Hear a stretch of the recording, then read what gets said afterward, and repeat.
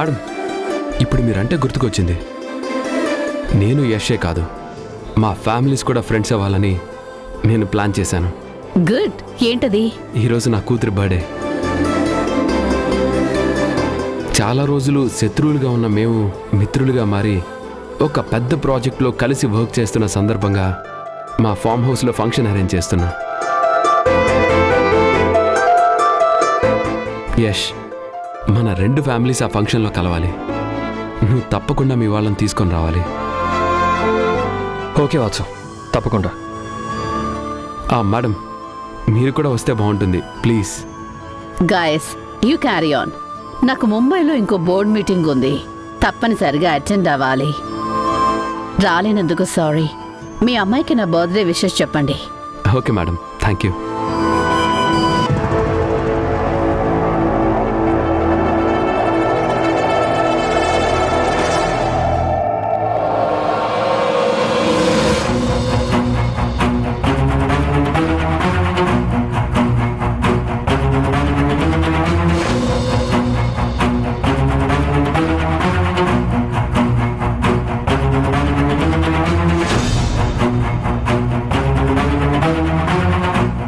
ఇదిగో అభి, మంచినీళ్ళు.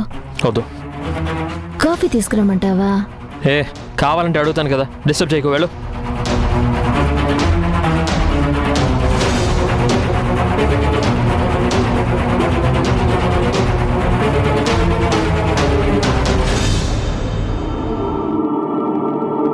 ఏమైందిరా, ఎందుకలా ఉన్నావు?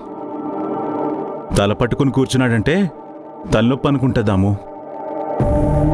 బామ్ తీసుకురానా? నాకేం తలనొప్పి లేదు. మరెందుకు డల్గా ఉన్నావు?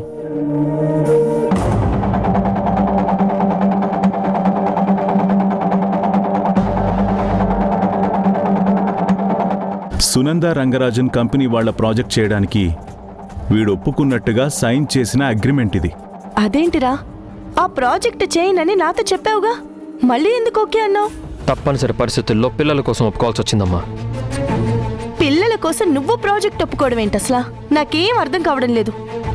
అంతా సింధువే చేసింది. మళ్ళీ ఏం చేసిందిరా?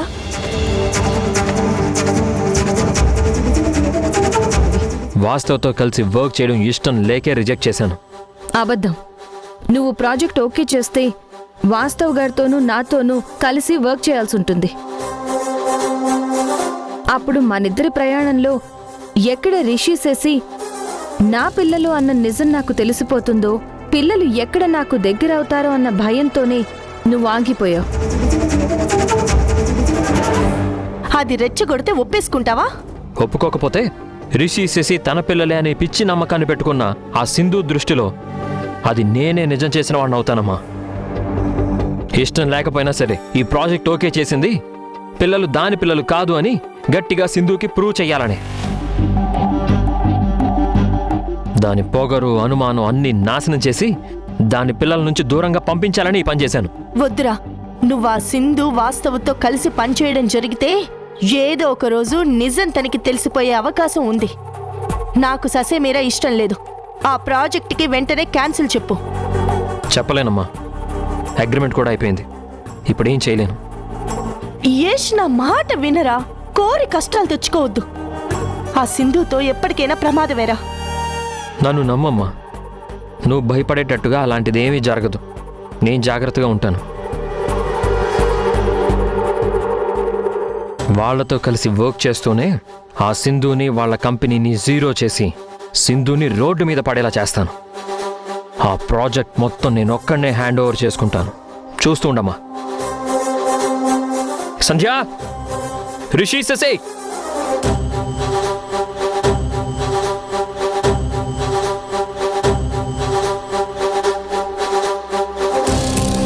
ఏందా పిపిల్స్ ఉండవు?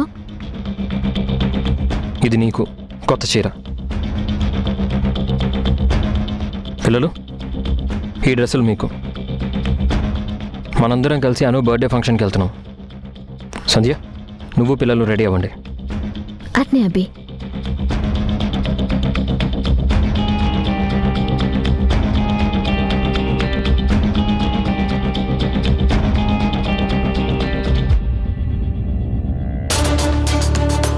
చంద్ర, జరుగుతుంది చూస్తుంటే అంతా చిత్రంగా అనిపిస్తోంది. అన్నీ మనం అనుకున్నట్టుగా జరిగితే అది జీవితం ఎలా అవుతుందామో అప్పుడప్పుడు ఊహించనివి కూడా జరుగుతాయి. నిజమే చంద్ర, నేను అస్సలు ఊహించలా ఇలా. ఆ సింధుని మనం ఎంత దూరం తోసేస్తున్నా గోడకు కొట్టిన బంతిలా అంతే వేగంతో మన వైపుకి దూసుకొస్తోంది. దాని మొండి పట్టుదలేంటో అస్సలు అర్థం కావడం లేదు. సంధ్య పిల్లలకి యష్కి దగ్గరవుతుందని ఆనందపడాలా, లేక యష్ సింధుతో కలిసి పని చేయబోతున్నాడని బాధపడాలో తెలియడం లేదు. ఇదంతా ఆ పైవాడి నిర్ణయం దాము. మన చేతుల్లో ఏమీ లేదు. జరిగేది చూస్తూ ఉండడం తప్ప. అమ్మా అమ్మా అమ్మా ఏంట్రా అమ్మా, నోరు తెరు. ఏంట్రా తెరు చెప్తాను. ఒరే, నోరు తీపి చేశావంటే నీకేదో మంచి జరిగిందన్నమాట. అవునమ్మా, ఒక ప్రాజెక్ట్ విషయంలో ఆ యష్తో గొడవ అయ్యి ఈగో ఫీల్ అయ్యి తనతో కలిసి వర్క్ చేయనని చాలా ఫూలిష్గా మాట్లాడాను. బిజినెస్లో ఉండాల్సింది రాజీ ధోరణి సంధి తప్ప యుద్ధం కాదని నా కళ్ళు తెరిపించింది. బిందు చెప్పడం వల్లే సునంద రంగరాజన్ వాళ్ళ ప్రాజెక్ట్ ఒప్పుకున్నానమ్మా. బిందు మాట వింటే అంతా మంచి జరుగుతుందిరా. నువ్వు చెప్పింది నిజమమ్మా. ఆ ప్రాజెక్టుకు ఓకే అనగానే మార్కెట్లో మన కంపెనీ రెప్యుటేషన్ ఒక్కసారిగా పెరిగిపోయింది. దాంతో ఇంకో మంచి వెంచర్ కూడా వచ్చింది. నిజంగా బిందు మన జీవితాల్లోకి రావడం మన అదృష్టం అమ్మా. బాగా చెప్పావురా. బిందు మన జీవితాల్లోకి వస్తే, ఇంత అదృష్టం కలిసి వస్తే, అదే జీవితాంతం మనతోనే ఉండిపోతే ఇంకెంత గొప్ప అదృష్టం కలిసి వస్తుంది. అమ్మా, ఇన్నాళ్ళు నువ్వు బిందు గురించి చెప్తుంటే నీ మాట తీసి పారేశాను. ఇప్పుడు మనస్ఫూర్తిగా చెప్తున్నాను, బిందు నా పక్కనుంటే నేను ఏదైనా సాధించగలననిపిస్తుంది. నీ కోరిక ప్రకారం త్వరలోనే నా మనసులోని మాటని బిందుకి చెప్తానమ్మా. ఆ! అవును, బిందు ఎక్కడా? ఏదో పనుందని వెళ్ళిందిరా. అమ్మా, మన అను బర్త్డే ఫంక్షన్ మన ఫామ్ హౌస్లో అరేంజ్ చేశాను. ఆ ఫంక్షన్కి యష్ ఫ్యామిలీని పిలిచాను, వాళ్ళు వస్తున్నారు. నేను వెళ్ళి అరేంజ్మెంట్స్ చూస్తాను, ఓకేనా? అలాగే అలాగే.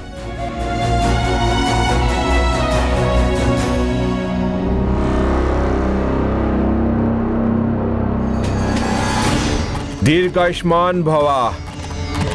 నమస్కారం స్వామి. ఆ దేవుడి అండ నీకుంటుంది. నీ జీవితంలో ఏవైనా కొత్తగా మార్పులు సంభవించాయా? జరిగే స్వామి. ఎలాంటి మార్పది? చిత్రమైన మార్పు స్వామి.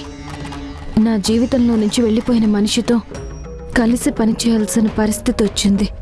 అయితే నీకు కావాల్సిన వాళ్ళకి నువ్వు దగ్గరవుతున్నట్టున్నావు. నాకు కావాల్సింది ఆ మనిషి కాదు స్వామి, వేరే ఉన్నారు. వేరే వాళ్ళకి నువ్వు చేరువ కావాలంటే వారధి కావాలి కదా. ఆ వారదే ఆ మనిషి. నన్ను ద్వేషించే మనిషి నా వాళ్ళ దగ్గరికి నన్ను చేరుస్తాడా స్వామి? విధి లిఖితం జరుగుతుంది, జరగాల్సిందే. నీ జీవితం మలుపు తిరిగే రోజు వచ్చేసింది. ఇప్పటికే నా జీవితంలో ఎన్నో మలుపులొచ్చాయి, కానీ ఏ మలుపు మనశ్శాంతినివ్వలేదు. మానసిక క్షోభనే మిగిల్చాయి స్వామి. కష్టాలు మనిషిని ఇబ్బంది పెడుతూ ఉంటాయి, కానీ భవిష్యత్తులో మనం ఎలా బతకాలో నేర్పించి వెళ్ళిపోతాయి. కష్టాలు నన్ను వదిలి వెళ్ళిపోతాయా స్వామి? నీ ఇష్టానికి నిన్ను దగ్గరగా చేర్చిన తర్వాత ఏ కష్టమూ నిన్ను పలకరించదు. కానీ జాగ్రత్త. దేనికి స్వామి? నీకు కావాల్సిన వాళ్ళకి ప్రాణగండం పొంచి ఉన్నది.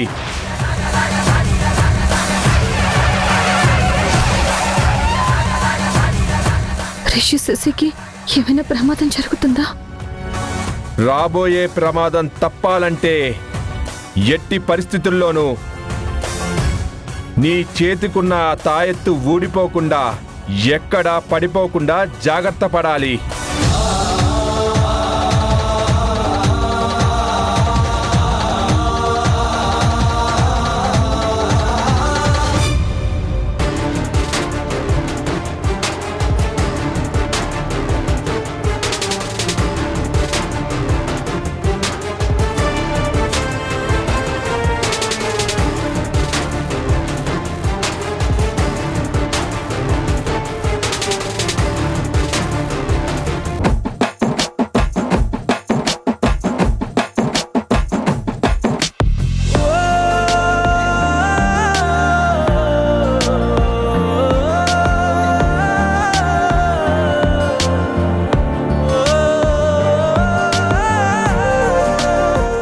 అభి అడగకుండానే చీర గిఫ్ట్గా ఇచ్చిండావు.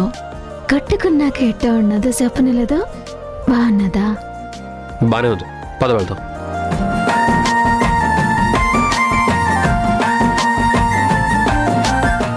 అను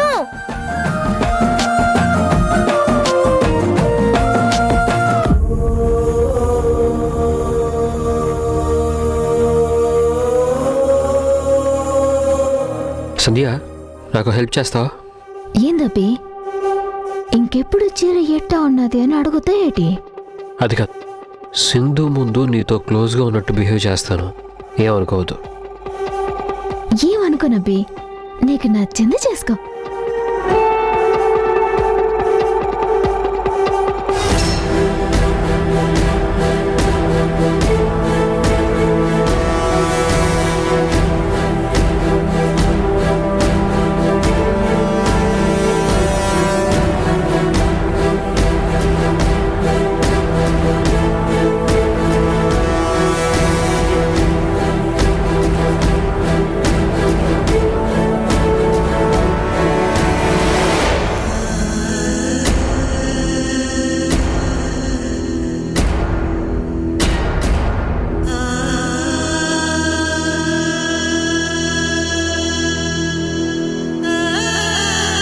సంధ్య, చీర చూసినప్పుడు ఉన్న అందం నువ్వు కట్టుకున్న తర్వాత ఇంకా డబుల్ అయింది. పర్వాలేదు, it's okay.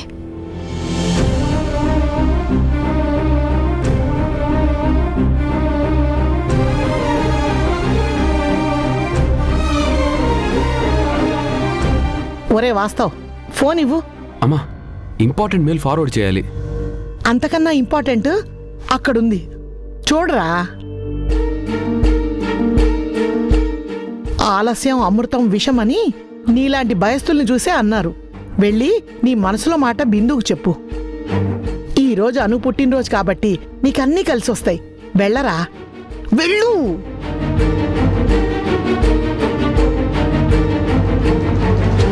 Hi Bindu. Hi sir. Arrangements అన్ని బాగున్నాయి కదా? అవును, ఈ ఫామ్ హౌస్ కూడా చాలా ప్రశాంతంగా ఉంది. అది ఇలాంటి చోట్ల ఉన్నప్పుడు మనసు కూడా చాలా రిలాక్సింగ్గా ఉంటుంది కదా. లోపల దాచుకున్న ఫీలింగ్స్ అన్నీ మిస్ అవ్వకుండా పంచుకోవచ్చు. వీళ్ళిద్దరేంటి అందరికీ దూరంగా వెళ్ళి పర్సనల్గా మాట్లాడుకుంటున్నారు? చాలా రోజుల నుండి నీతో ఈ మాట చెప్పాలనుకుంటున్నాను, కానీ ఎక్కడ నువ్వు అపార్థం చేసుకుంటావో అన్న భయంతో ఇన్నాళ్ళు మౌనంగా ఉన్నాను. ఇప్పుడు కూడా మా అమ్మిచ్చిన ధైర్యంతోనే నీ ముందుకు వచ్చాను. అను ప్రాణాలు కాపాడి మా జీవితంలోకి వచ్చావు. పిఏగా నా బిజినెస్లో ఎంతో సపోర్ట్ చేస్తున్నావు. ఇదే సపోర్ట్ని ఒక భార్యగా మరి జీవితాంతం ఇస్తావా? పర్సనల్ అసిస్టెంట్గా ఉన్న నువ్వు ప్రియమైన అర్ధాంగిగా మారతావా?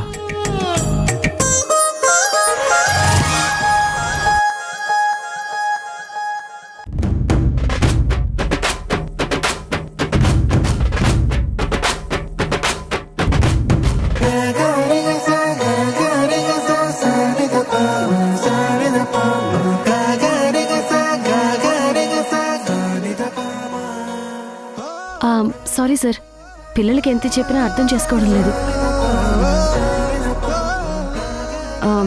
మీరేదో చెప్తున్నారు?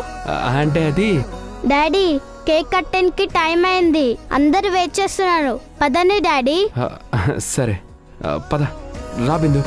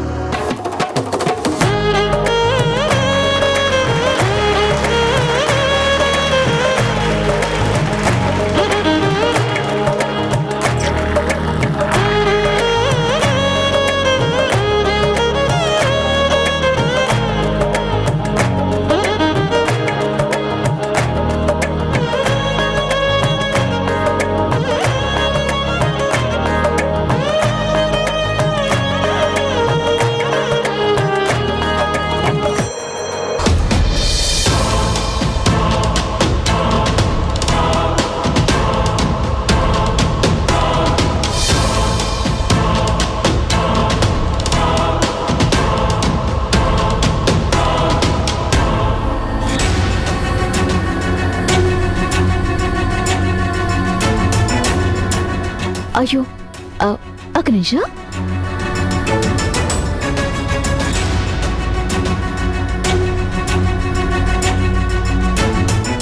యష్, మీ ఇద్దరిని చూస్తుంటే మేడ్ ఫర్ ఈచ్ అదర్ అన్న లైన్కి అర్థంలా ఉన్నారు. మీది లవ్ మ్యారేజ్ కదా? అవును, మీకెలా తెలుసు? వచ్చినప్పటి నుంచి చూస్తున్నాను. మీరిద్దరూ ఒకరిని విడిచి ఒకరు ఉండటం లేదు. మా ఇద్దరికి అలా అలవాటైపోయింది. పిల్లలు పుట్టిన తర్వాత ప్రేమ తగ్గుతుందంటారు, కానీ మా విషయంలో మాత్రం డబల్ అయింది.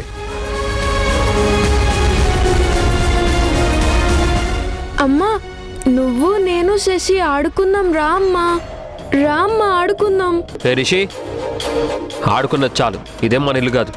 సైలెంట్గా ఉండండి. పర్లేదు యష్, ఆడుకోనివ్వండి. ఇక్కడ భయపడడానికి ఏమీ లేదు. చాలా సేఫ్ ప్లేస్. మీరు వెళ్ళండి.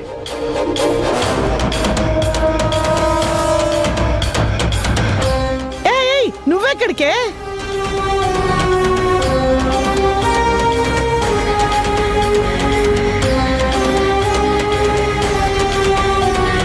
యష్, మన ఇద్దరికి ఒక స్పెషల్ అరేంజ్మెంట్ ఉంది. ప్లీజ్. వస్తానమ్మా, పద.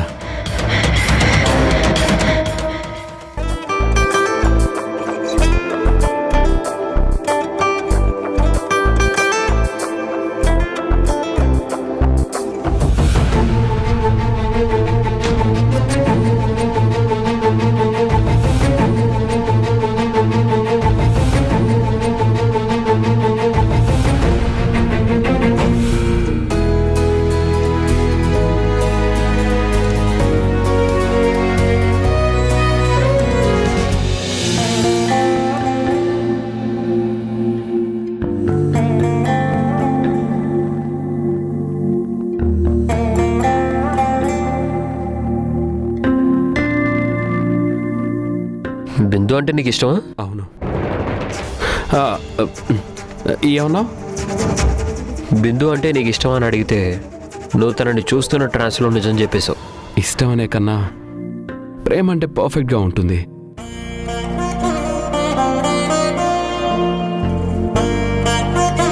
నేను తనని పెళ్లి చేసుకోవాలనుకుంటున్నాను.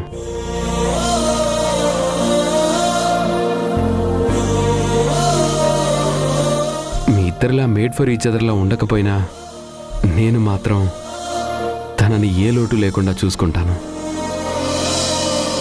మన మగాళ్ళతో వచ్చే ప్రాబ్లం ఇదే. మనసుకి నచ్చితే చాలు, గుడ్డిగా కలలు కంటాం, ఊహల్లో డ్యాన్సులు వేస్తామే కానీ అసలు ఆ అమ్మాయి మనసులో ఏముందో, వాళ్ళ గతం ఏంటో జీవితం ఏంటో అసలు తెలుసుకో.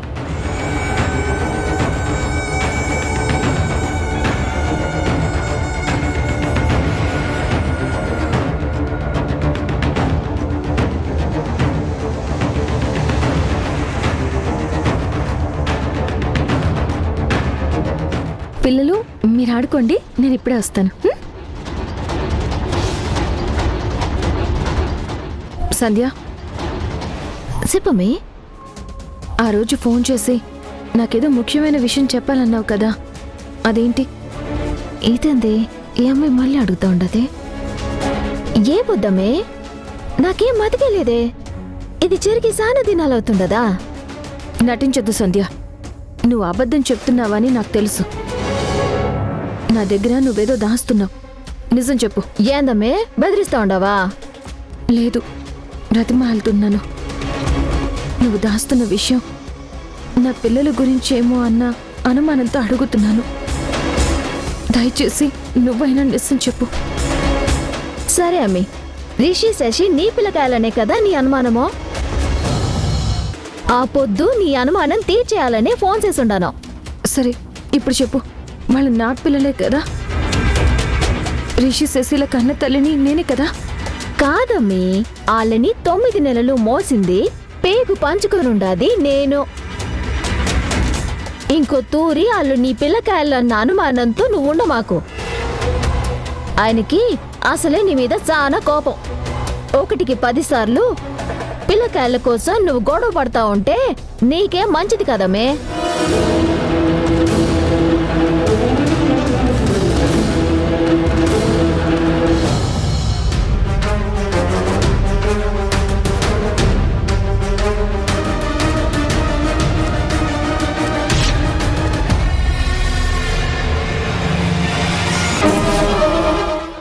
శశి మనం అక్కడ దాక్కుందామా?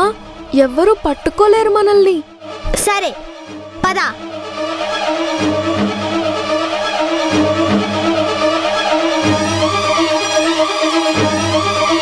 శశి, రిషి, శశి, రిషి. అంకుల్ రిషి శశి కనిపించారా? మీ ముగ్గురు కలిసి ఆడుకుంటున్నారు కదా. దొంగ పోలీస్ ఆడుకునేటప్పుడు వాళ్ళు ఎక్కడ హైడ్ అయ్యారో తెలియటం లేదు. నువ్వు మొత్తం వెతికావా? అవును అంకుల్. వాళ్ళెక్కడికి వెళ్తారమ్మా? ఇక్కడ ఎక్కడో ఆడుకుంటూ ఉంటారు. వెతుకుతాం పదా. వాస్తవ్, మీరు కూడా వెతకండి.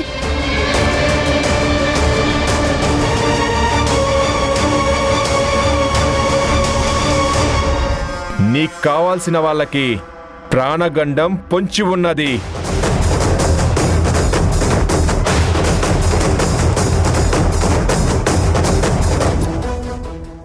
యష్, అక్కడ మీ పిల్లలిద్దరూ మంటల్లో చిక్కున్నారు. మాటలేంటి? పద వెళ్దాం.